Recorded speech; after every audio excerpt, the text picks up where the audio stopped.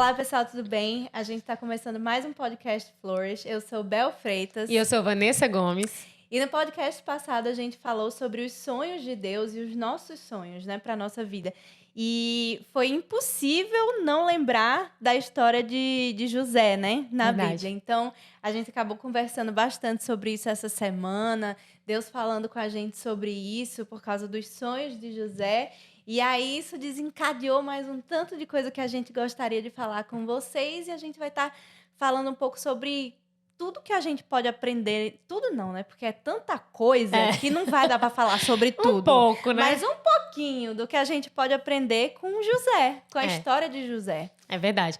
Na história de José, uma coisa que me chama muita atenção é a respeito de processo, né? Que a gente estava conversando a respeito disso. A gente podia falar sobre os sonhos de Deus também para a vida dele, né? Foi o que a gente falou no podcast passado. Mas eu vejo muito na história de José a questão de processo, de passar por processo, né? Fase na nossa vida. E para quem não conhece a história de José, eu vou contar, assim, brevemente a história de José para você entender por que a gente fala que existem processos, né? E por que essa história tem muito a nos ensinar. José era filho de Jacó e ele era irmão de muitos outros, né? Irmão por parte de pai. Ele tinha outros irmãos por parte de pai. E os outros irmãos tinham certos ciúmes de José, porque o pai de José gostava mais dele do que dos outros. A Bíblia conta que por conta de José ter sido um filho que nasceu já na velhice do pai, né? Ele nasceu depois e acabou sendo assim o queridinho do papai, digamos assim. E os irmãos tinham inveja de José por essa questão do tratamento do pai dele, né? Um tratamento diferenciado com ele, mas não só por causa disso também.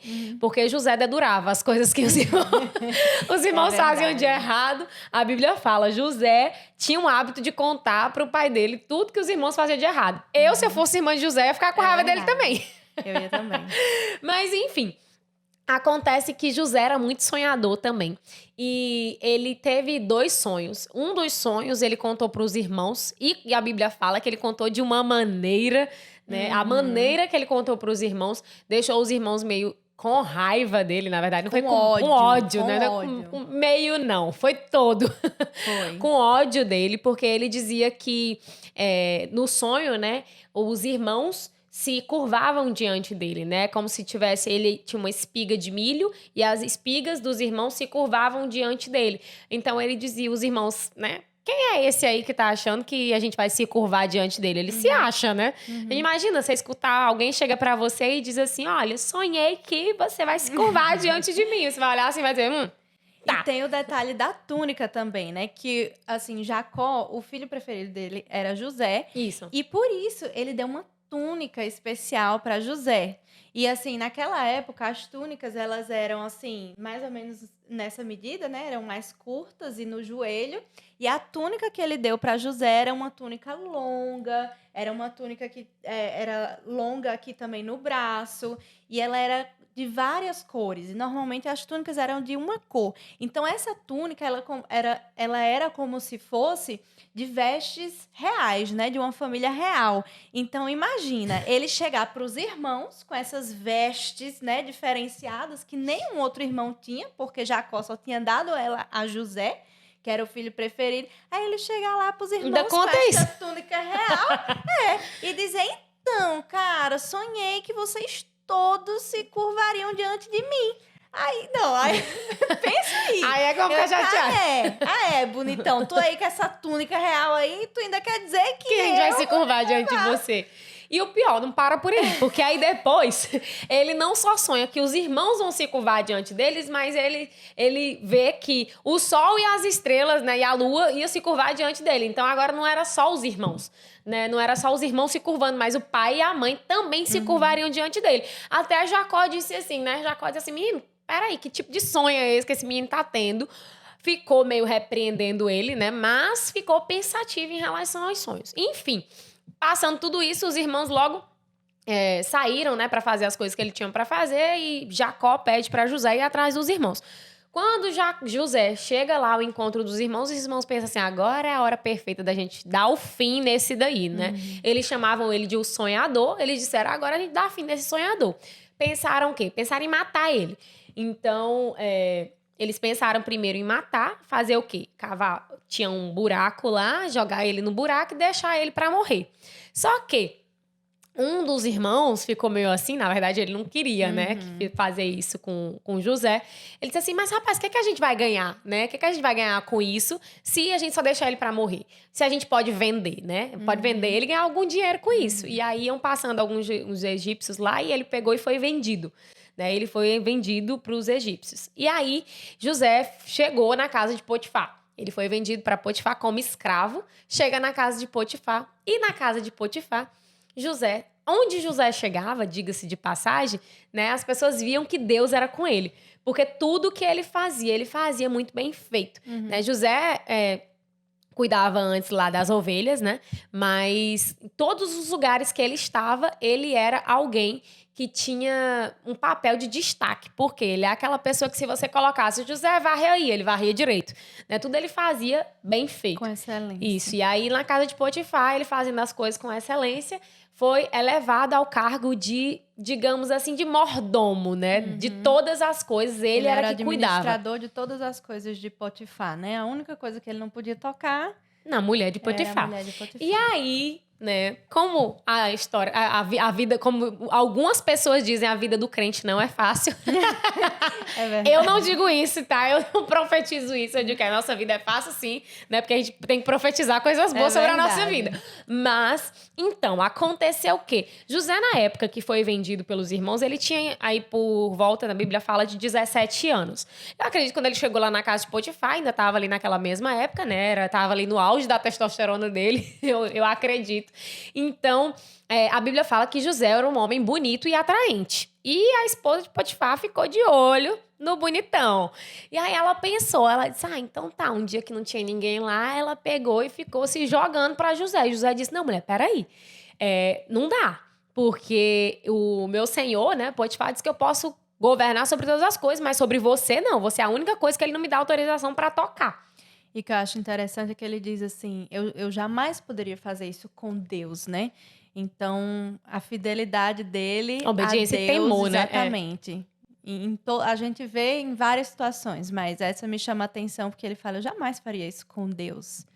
Ele tanto é obediente ao senhor dele, que é o Potifar, né? Mas também a Deus, principalmente, porque na história de José, se vocês quiserem acompanhar e dar uma lida depois, tá lá em Gênesis, no capítulo 37, vai dar início aí à história de José. E você vai poder ver com mais detalhes, né, essa história, porque eu tô abreviando ela bem pra vocês. E aí ela pega e quer ter ali José, na verdade ela queria ter relações com José, né? E aí José, vendo que o negócio ia apertar ali pra ele foge. Só que ele foge deixando sua capa. Não é aquela capa que o pai dele deu pra ele, porque lá no começo da história, quando os irmãos, né, vendem ele, eles pegam a capa de José e sujam de sangue, um sangue de animal, para dizer pro pai que ele foi comido, né? Encontraram a capa dele e ele foi, devia ter sido comido por algum animal selvagem. Não, vamos parar um pouquinho, só pra gente refletir nessa parte da história, né? Trazendo, assim, pra vida real. A nossa família, ela é o lugar onde é para ser o lugar de amor, de aconchego, de proteção, de segurança. E aí você pensa em um menino, né, um adolescente, aonde todos os irmãos dele se voltam contra ele, odeiam ele, a ponto de jogarem ele no fundo de um poço, né? Ele era rejeitado. A Bíblia fala que os irmãos não tinham capacidade de dar uma palavra amigável para ele. Então, ele deveria viver num ambiente hostil ali, com os irmãos sempre, né, dando, sabe, como que fala? Ficar provocando, isso, né? Com os isso. irmãos sempre provocando, sempre dando uma palavra de, sabe, de algo negativo para ele. E aí, além disso, completamente rejeitado pelos irmãos, desprezado pelos irmãos, maltratado pelos irmãos, jogado no fundo do poço. E eles ainda inventam uma mentira desse tamanho, pegam a túnica dele, passam no sangue de animal para dizer para o pai que José tinha morrido. E pensa no tamanho do ódio e no tamanho do trauma que isso não gera em uma adolescente de 17 anos. Sim, ele era pra ser revoltado, né? A história de José era pra ser alguém que era revoltado, porque Com depois que certeza. ele é vendido pelos irmãos, quando ele chegasse na casa de Potifar, você pode imaginar assim, meu Deus, ele chegou lá arrasado. Como que ele pode... Ele podia estar emocionalmente acabado, né? Exato. Digamos assim. Desacreditado da vida, talvez querendo se suicidar, se sentindo sem valor. Ninguém me ama, ninguém me quer. Eu fui desprezado pelos meus irmãos, que são aqueles que eram pra me amar. Isso. E não, né? Aí ele pega e faz o quê? Ele faz diferente. Ele dá o melhor dele na casa de Potifar, faz tudo de melhor ali, só que aí vem a cilada, né? A mulher de Potifar ali é aquela sementinha do mal, né? José estava ali fazendo, dando o melhor dele, do que ele podia fazer na casa de Potifar, só que agora chega essa mulher para poder dificultar a vida de José. E o que acontece? Ele foge, né? Porque quando ele chega na casa de Potifar, ele chegou lá como escravo, mas ele foi, digamos assim, promovido, né? A governar sobre as coisas de Potifar ali. E aí, com certeza, ele deve ter chegado lá com as vestes rasgadas e Potifar deu uma veste nova pra ele, deu uma túnica pra ele. Só que quando ele foge ali da mulher, que a mulher tá querendo atacar ele, né? Ele foge deixando sua túnica. E o que a mulher vê? Vê uma oportunidade para dizer, vou dizer pra... Ela rasga a roupa dela e diz que ele tinha tentado contra ela, porque ele não quis ela. Então ela quis se vingar. E agora ela diz pra todo mundo, né? Chama o marido dela e fala que José tentou atacar ela. E José ia fazer o quê? Era a palavra dele contra a da mulher? Não ia ter como, né? E agora José é jogado na prisão. Olha aí, minha gente, olha essa história. Um menino, né, querido pelo pai, amado pelo pai, mas desprezado pelos irmãos, porque os irmãos têm inveja dele, né, tem muita raiva dele, sonhador, conta os seus sonhos, né, para as pessoas erradas, porque infelizmente era para ser as pessoas que eram para se alegrar com a alegria dele, mas olharam com outros olhos. Verdade. E aí chega na casa de Potifar, chega como escravo, é promovido, só que depois a mulher inventa essa mentira e ele vai parar na prisão. Olha aí. Era o filhinho queridinho do papai, agora o odiado pelos irmãos, vendido como escravo, vai lá pra casa do outro como escravo, vira governador quando o negócio tá ficando bom, né? Governador das coisas de Potifar, digamos assim. E aí, quando o negócio tá ficando bonzinho, parece que a vida de José tá caminhando, vem essa mulher pra poder piorar a situação. Eu acho que qualquer pessoa pensaria assim, não. Só Dessa dá vez errado. acabou. Dessa vez acabou, porque eu já fui pro fundo do poço. Aí consegui me reerguer. E foi preso. Não tinha, assim, acho que não tinha previsão nenhuma dele Esperança, sair. né? Esperança, exatamente, dele Quem sair ia fazer? dali. Não tinha como. Que motivo que ele ia sair daí? Como que ele ia ser inocentado? Circunstâncias completamente contra, né, a saída dele da prisão, a libertação dele. Então, Era pra ele ter desistido. ele poderia ter desistido, justamente. Mas não, né? José, o que é que José faz? José é como José. José chega na prisão e dá o melhor dele. Por quê? Porque ele, como escravo, ele era o melhor, se tornou governador, né? Governante lá das coisas, administrador das coisas de Potifar.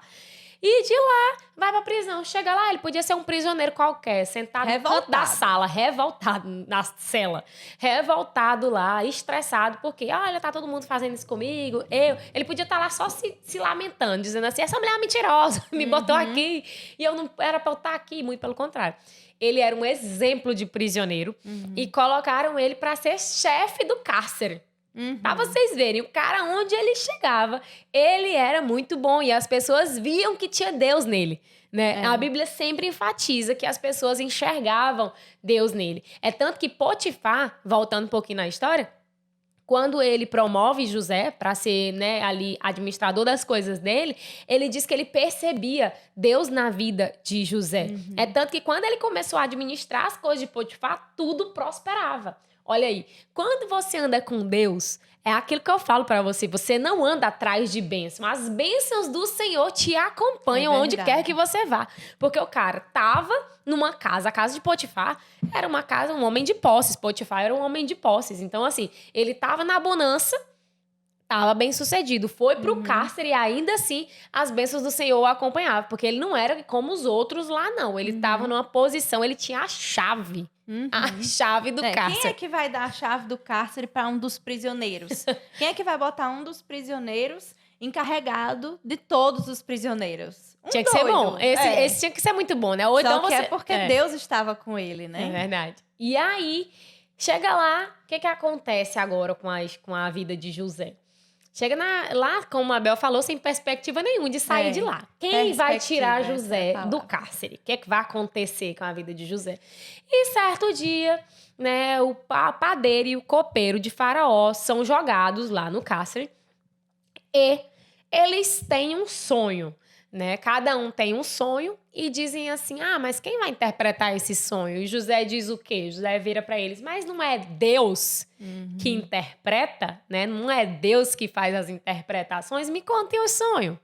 Aí o padeiro conta o sonho, o copeiro conta o sonho.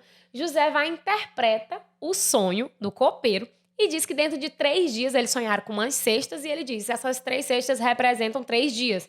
Dentro de 3 dias você voltará, né? E vai voltar a servir o faraó. E o padeiro ficou animado, disse assim: ah, eu quero que interprete o meu também.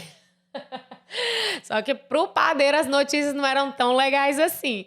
E aí, quando ele foi interpretar o sonho do padeiro, ele disse: dentro de 3 dias, né, você será decapitado. E isso me chamou muita atenção, que eu estava comentando com a Abel, que assim, da fidelidade de José. Ele teve a coragem, na verdade, e a audácia de falar a interpretação que dizia coisa boa, mas também teve a coragem, né? E a ousadia de revelar aquilo que era ruim. Porque às vezes é muito fácil você chegar e dar uma notícia boa. E quando você é encarregado de dar notícia ruim? É verdade. Você obedece também, né? Eu fico pensando, exatamente, me colocando no lugar de José, né? Se Deus me pedisse para falar algo assim para alguém, o que será que eu faria? Será, né, que eu fugiria da situação e, amigo, não sei, não tenho a interpretação do seu, tá? Né? Talvez eu fizesse alguma coisa assim, porque eu ficasse com receio de passar aquilo para ele. E eu achei legal também quando o José ele fala, né? E por acaso não vem de Deus a interpretação dos sonhos? Eu acho que na nossa vida a gente deve, na verdade, né, agir assim também, porque a gente tem que atribuir as coisas a Deus e não a nós, né? Saber que quem faz é Deus. Então, se alguém chega pra gente desanimado porque existe uma doença na família e por acaso não é Deus que cura, Justamente. porque Deus cura. Justamente. Esse tem que ser o nosso posicionamento. Tô sem trabalho agora, não sei o que fazer, e por acaso não vem de Deus a provisão? Yes. Né? E por acaso não é Deus que cuida da nossa família? E por acaso não é Deus que protege? Por acaso não é Deus que faz? Porque às vezes a gente se confia demais na nossa força, mas é Deus. E José, ele tinha essa consciência, né? É verdade. E aí, o que acontece? Ele ali interpreta os sonhos e acontece exatamente como José falou. Dentro de 3 dias, o padeiro, né, é decapitado e dentro de 3 dias o copeiro volta a servir o rei. E José só pediu uma coisa. Ele disse assim: então, copeiro, né? Quando você voltar a servir lá o faraó, só lembra-te de mim, né? Para que eu possa sair daqui. Passam-se 2 anos. E o copeiro não lembrou de José. E aí você diz assim: meu Deus, esse José só sofre. Aí, mais uma vez, cadê a perspectiva dele de sair de lá? Eu dei a interpretação do sonho desse povo. O padeiro não tinha como voltar, né? Porque morreu. Mas o copeiro era para ter lembrado de José e não lembrou. E você se questiona, mas Deus não era com ele? Por que Deus não fez esse homem lembrar? E aí é onde tá, né, o pulo do gato. Porque não era para ter lembrado mesmo. Não era para ter lembrado naquela época. Passa-se o tempo e Faraó tem sonhos. E ninguém consegue interpretar os sonhos de Faraó. Chamaram todo mundo para interpretar os sonhos de Faraó. Ninguém tinha o que dizer para Faraó. E aí agora o copeiro vira para Faraó e diz: agora eu lembrei. Depois de 2 anos, o outro lá mofando na cadeia. E ele disse: lembrei. Eu também tive sonho.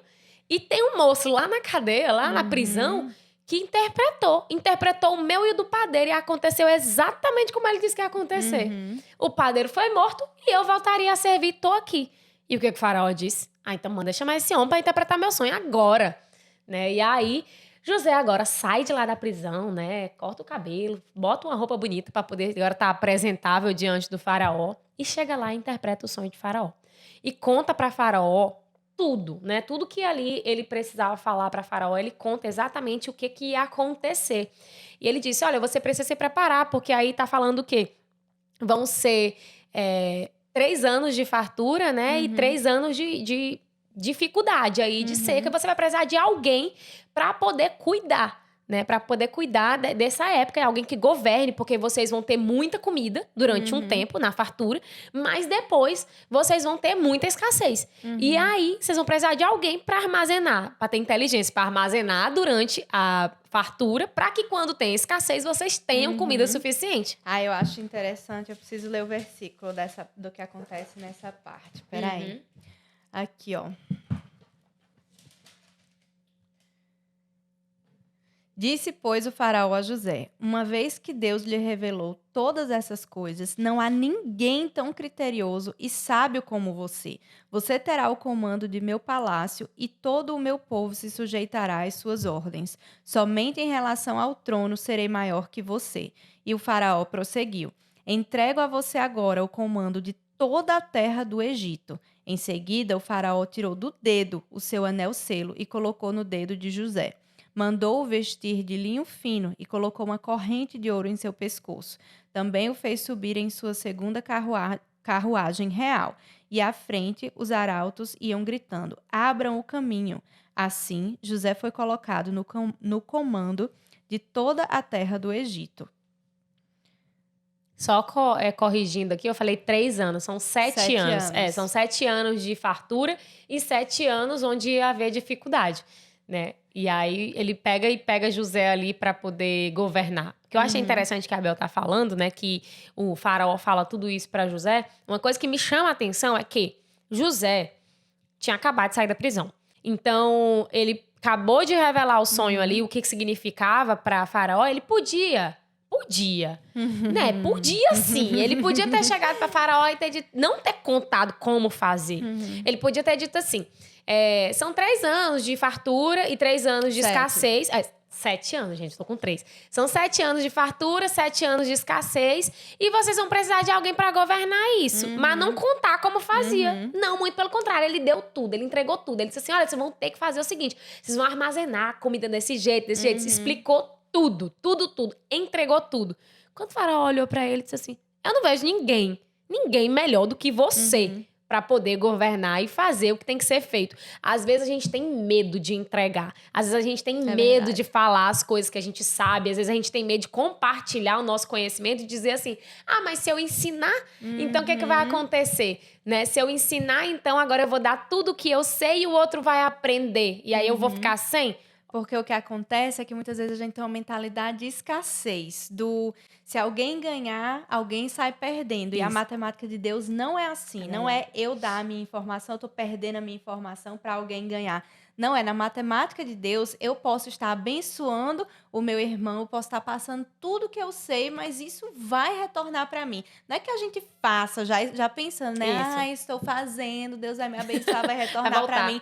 Não, mas é tipo assim, na certeza, assim, estar despreocupado de que se eu estou fazendo, se eu estou abençoando meu irmão, se eu estou pensando no melhor do outro, se eu estou amando ao próximo como a mim mesma, pode ter certeza, né? Que as promessas do Senhor, elas vão se cumprir na minha vida, que Deus vai me abençoar, porque Ele está vendo o meu coração. Então, a matemática dele é diferente da nossa, né? Não é 2 mais 2 é 4. Isso é a nossa. A dele, 2 mais 2 é infinito. Muito, é infinito. Deus sabe quanto. É verdade. E o que eu acho interessante aqui é que ele fala assim, eu li todos esses versículos, eu esqueci de ler o principal, que era o que eu queria. Que é aqui, ó, é 41, Gênesis 41, 41, 20. No finalzinho ele diz assim, será que vamos achar alguém como este homem, em quem está o Espírito Divino? Se a gente prestar atenção em todos os momentos que José é exaltado, é porque alguém viu que o Espírito de Deus estava nele, que Deus estava com ele.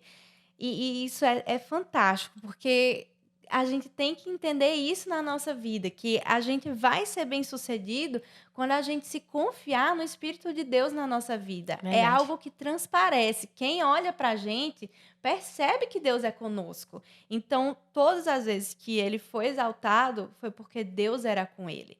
Ele foi exaltado No primeiro momento, ele estava no poço, né? Foi vendido como escravo. Ele foi exaltado no primeiro momento ali como administrador das coisas de Potifar, porque Deus era com ele. Depois ele foi exaltado na prisão, né? Colocado, encarregado ali de Isso, dos todos outros os prisioneiros, prisioneiros. porque Deus era com ele.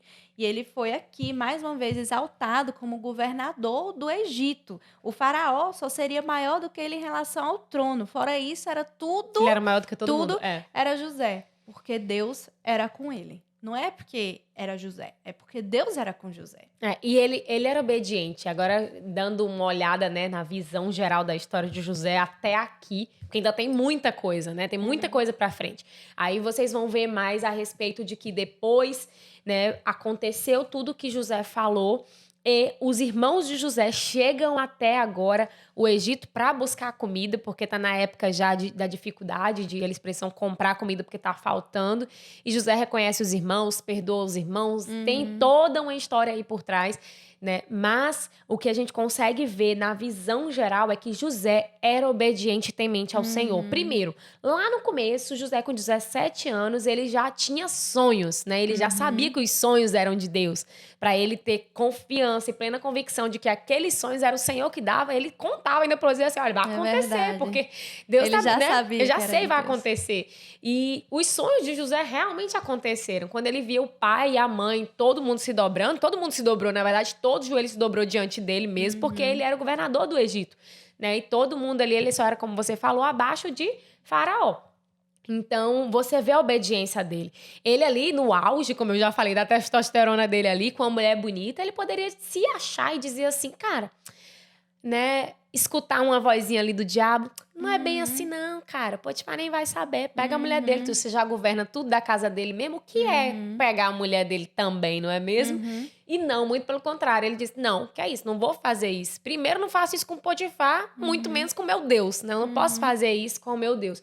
E você vê que Deus honra aquele que obedece, né? A Bíblia fala muito a respeito de obediência, da gente obedecer, da gente mesmo seguir aquilo que o Senhor tem pra gente, porque o Senhor tem sonhos pra gente.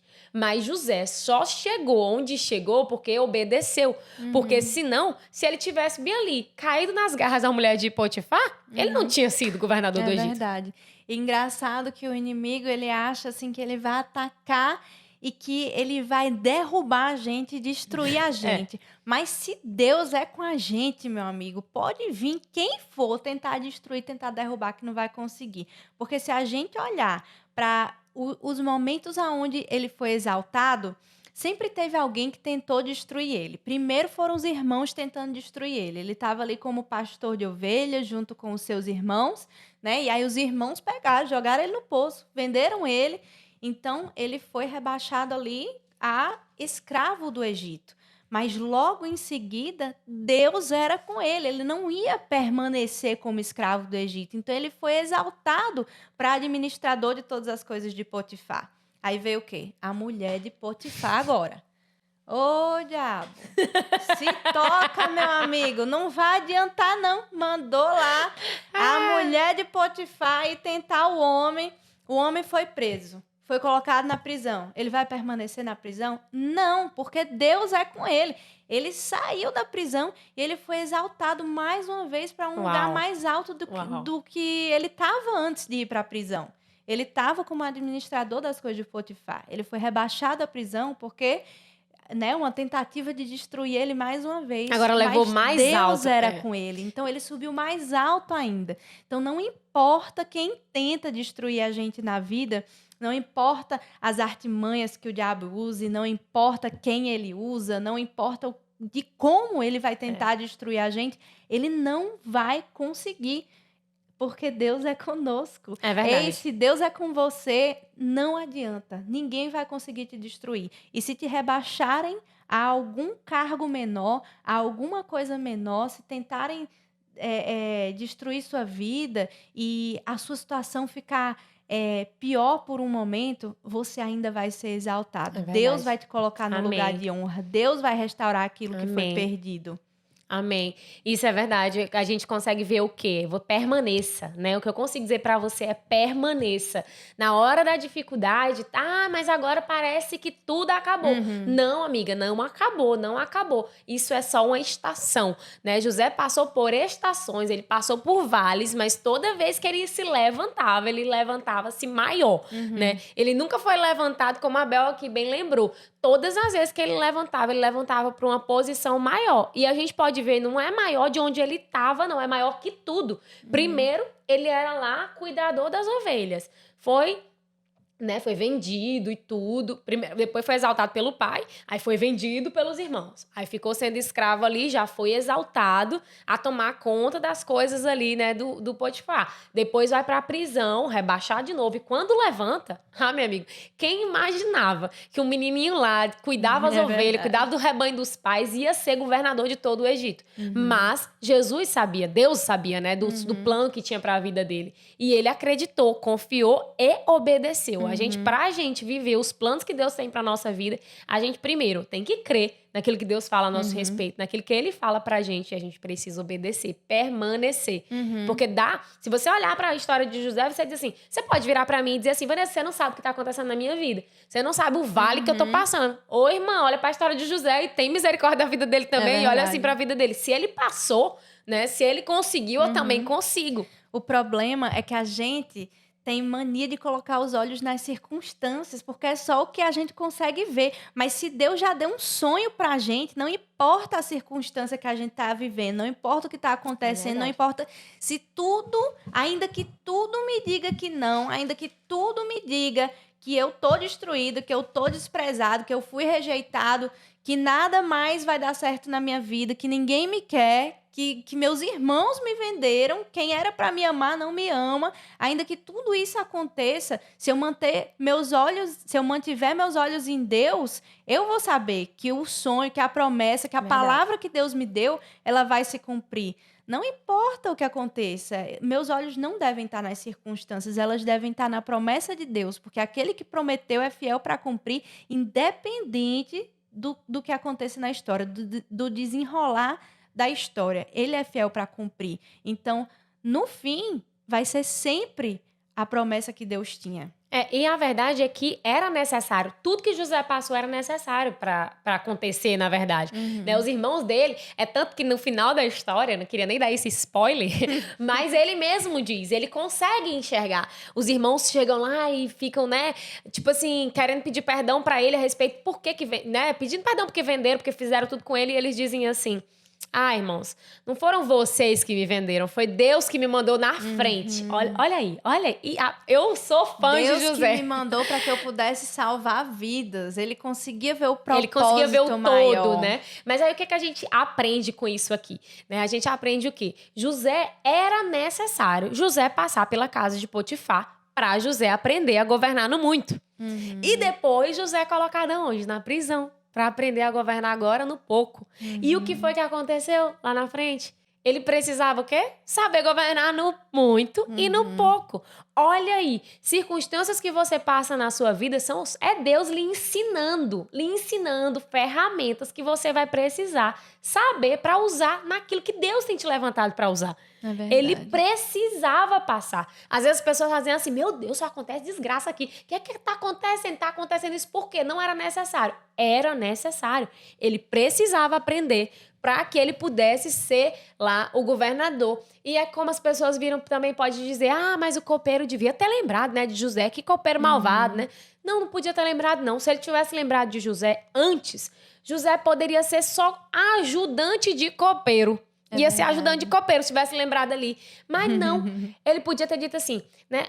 Faraó, tem um cara lá na prisão, que a gente boa, ele organiza e tal. Deixa eu chamar ele pra cá. Qual era a função que o faraó ia dar pra José? É verdade. Ele ia dar de ajudante de copeiro, de ajudar lá o copeiro. Mas não era isso que Deus tinha pra ele. Ele precisou passar um tempinho a mais lá, pra quando ele saísse na posição que Deus tinha preparado para ele assumir. Então, às vezes, você fica pensando, tá demorando, as coisas de Deus estão demorando.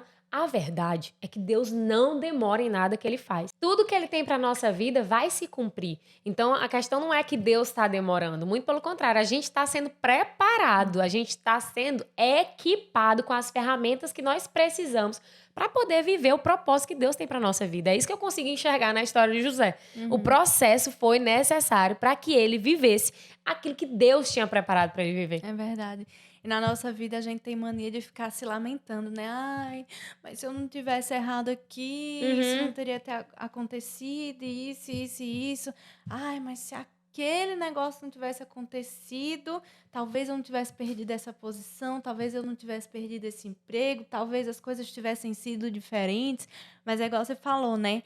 É tudo um processo, assim. Eu lembro que eu e o David, quando a gente casou, a gente não sabia administrar nossas finanças. E a gente acabou, assim, entrando numa bola de neve de dívidas enorme. A gente estava devendo mais de US$ 60.000, mais ou menos isso aí.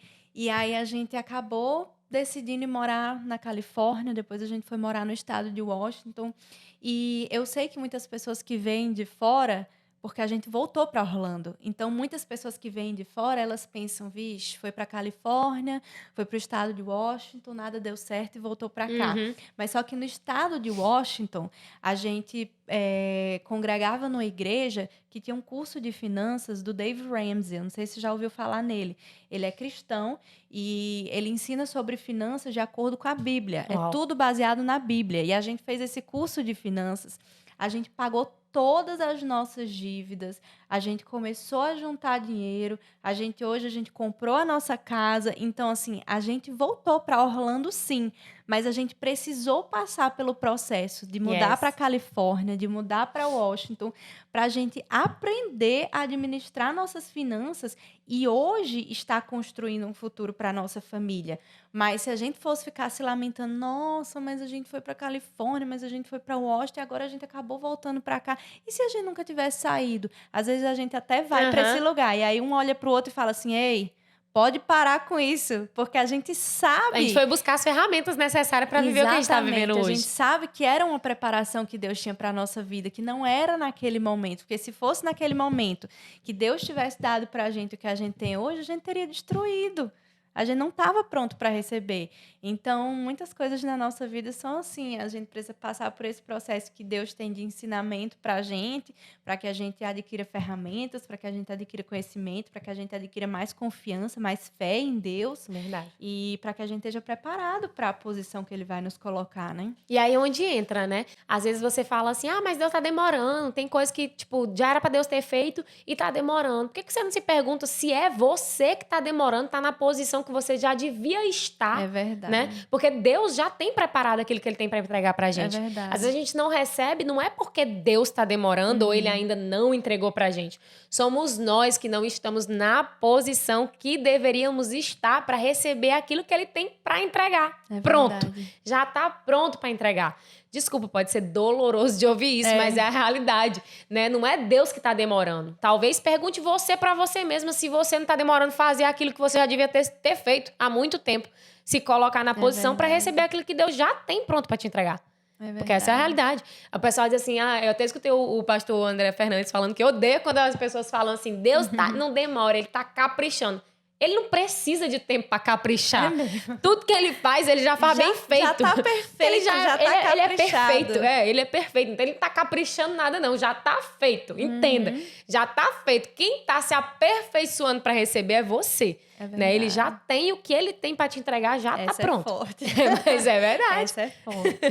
Mas é verdade. A gente precisa entender, porque às vezes a gente fica terceirizando e fica dizendo assim, tá esperando que Deus tem para me entregar, mas tá demorando. E a sua parte que você não faz? Porque às vezes Deus está esperando que você cresça, que você amadureça.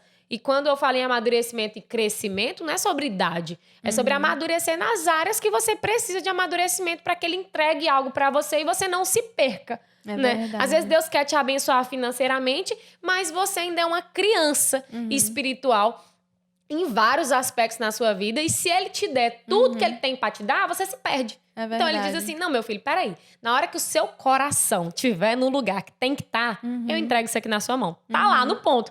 Você só devia estar alinhando logo seu coração para receber. É verdade, é verdade. E a gente estava falando mais cedo, né, ainda sobre a vida de José, naquele momento quando ele conta os sonhos dele para os irmãos, né? A Isso. Bíblia fala assim que os irmãos o odiaram ainda mais devido à forma como ele contou dos sonhos para os irmãos. Isso. Então, assim, ninguém estava lá para ver a situação, mas ao ler isso, eu fiquei imaginando que se os irmãos o odiaram ainda mais pela maneira, forma né? como ele contou os sonhos, talvez ele tenha contado assim, ó, então, cara, né? Você escuta aqui o sonho que eu tive. Você acredita que eu sonhei, que Deus me falou aqui que vocês tudo aí vão estar ajoelhados, prostrados diante de mim? Talvez ele tenha contado de uma forma soberba, talvez não tenha sido, mas talvez tenha sido de uma forma soberba. Talvez ele tenha contado meio que se achando, meio que levantando a bola dele. E esse não era o ponto, né, do sonho que Deus deu para ele, mas talvez ele tenha feito isso. Então, talvez o caráter dele ainda não estava preparado, ele ainda Isso. precisava melhorar um pouquinho, ele ainda precisava aprender um pouquinho, e talvez tudo que ele passou foi para contribuir com o caráter dele. E muitas vezes na nossa vida é assim, a gente realmente não está pronto, porque pode ser que o nosso coração esteja no lugar errado, que a gente esteja vendo a situação de uma forma errada, que a gente não esteja colocando o crédito, dando o crédito a Deus, quando realmente deve ser de Deus, porque não é nosso, né? E aí a gente vê lá na frente que quando ele vai interpretar o sonho do faraó, ele diz, não, mas assim, eu também não sei interpretar não, mas é Deus quem Ele dá o crédito interpreta para os quem tem que sonhos. ter o crédito. Exatamente. Então acho que com tudo Aprendeu. que ele passou, ele percebeu que tipo não é ele, é Deus, e ele cresceu com todo esse processo. E isso acontece com a gente, né? A gente precisa estar disposto a ser moldado por Deus e não a ficar achando que, já tô pronto, já vai, Deus, manda que eu recebo.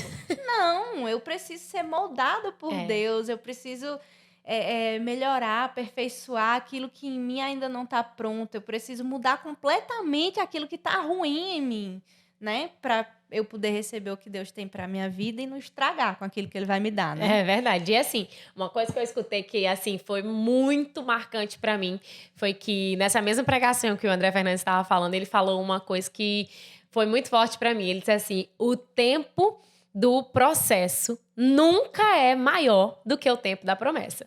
E isso foi muito forte porque ele disse assim: se você for parar para pensar, olhar aqui, né, o processo da vida de José, o que ele passou nesse decorrer do tempo, não foi nada comparado ao tempo de reinado que ele teve. É verdade. E você pode olhar e dizer, mas Vanessa, e Jesus? E aí eu vou adorar responder, porque agora eu aprendi. E Jesus? Mas Jesus não passou ali 30 anos se preparando para poder, no processo, para poder viver a promessa em 3 anos?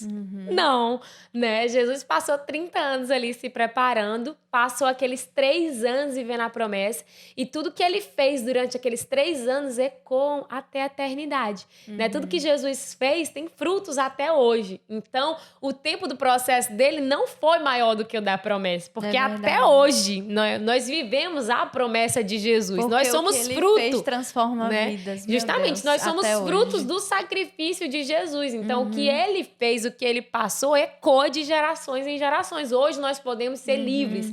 Hoje nós podemos ser salvos, porque ele decidiu obedecer. Ele decidiu cumprir tudo que precisava ser cumprido para que nós pudéssemos ser salvos hoje, né? E você já sabe aí, se você já assistiu o podcast 1, se você já assistiu o podcast 2, você já sabe como fazer para ser salvo. Mas o que, que eu faço? Mas eu cheguei aqui pela primeira vez. Como é que eu faço? O que, que eu tenho que fazer? Aí eu vou dizer, volte lá no 1, no 2, tô brincando. Engraçadinha. Tô brincando, eu posso contar essa pra você. Ou melhor, a Bel vai contar pra você o que, que você faz. Ai, meu Deus do céu. O que é que a gente precisa fazer para ser salvo? Primeiro de tudo, eu preciso acreditar no meu coração no sacrifício de Jesus. Qual é o sacrifício de Jesus? Ele morreu na cruz do Calvário, ele ressuscitou ao 3º dia para que eu e você pudéssemos ter os nossos pecados perdoados, pudéssemos ter as nossas feridas, pudéssemos ter as nossas doenças curadas e pudéssemos ter a vida eterna com ele e com Deus. No céu, né? Verdade. Então, assim, primeiro de tudo, a gente precisa crer nisso com todo o nosso coração. E a Bíblia diz que a gente crê com o nosso coração para o perdão dos pecados e a gente confessa com a nossa boca para a salvação. Então, primeiro a gente crê, depois a gente confessa com a nossa boca. Se você gostaria de fazer isso e ter a certeza que seus pecados são perdoados, que você vai ter vida eterna com Deus e que sua vida vai ser transformada daqui para frente, não é que assim, você vai fazer essa oração e a vida vai ser um mar de rosas. Não é isso. Mas você vai ter Jesus, você vai ter o Espírito Santo habitando dentro de você para você passar por todas as situações. Com Ele. Com Ele. E não há nada melhor do que estar com Ele. A gente viu na história de José. Não há nada melhor do que as pessoas olharem e ver, poxa, Deus é contigo. Poxa, o Espírito Santo habita dentro de você. Passou no vale, mas foi exaltado. Porque a história do povo que anda com Deus é assim. Você pode passar no vale da sombra da morte, mas você é exaltado. É verdade. E se você tem vontade de fazer isso, você crê com todo o seu coração, você pode repetir com a gente. Senhor Deus, eu declaro... Jesus Cristo, eu declaro o Senhor como meu Senhor e Salvador. Eu peço que o Senhor venha habitar no meu coração, perdoa os meus pecados, mora para sempre dentro de mim e transforma a minha história. E uma vez que você falou isso, o Espírito Santo vai habitar dentro de você. Glória a Deus, sua vida é transformada. Não existe nada melhor do que isso. Não existe. Às vezes a gente fica assim, so excited. Porque é algo mesmo sobrenatural. Você pode se questionar, né? Como eu já falei várias vezes, mas é só isso. É, só isso. Porque tudo que precisava ser feito, ele já fez por nós, né? Ele já pagou o preço, né? Ele já pagou tudo que precisava ser pago, você só precisa reconhecer e aceitar esse presente maravilhoso que é a salvação na sua vida. É verdade. Né? A gente tá muito feliz, a gente agradece vocês por vocês terem escutado a gente até aqui. Esperamos que vocês tenham sido edificados com a vida de José, com a história de José.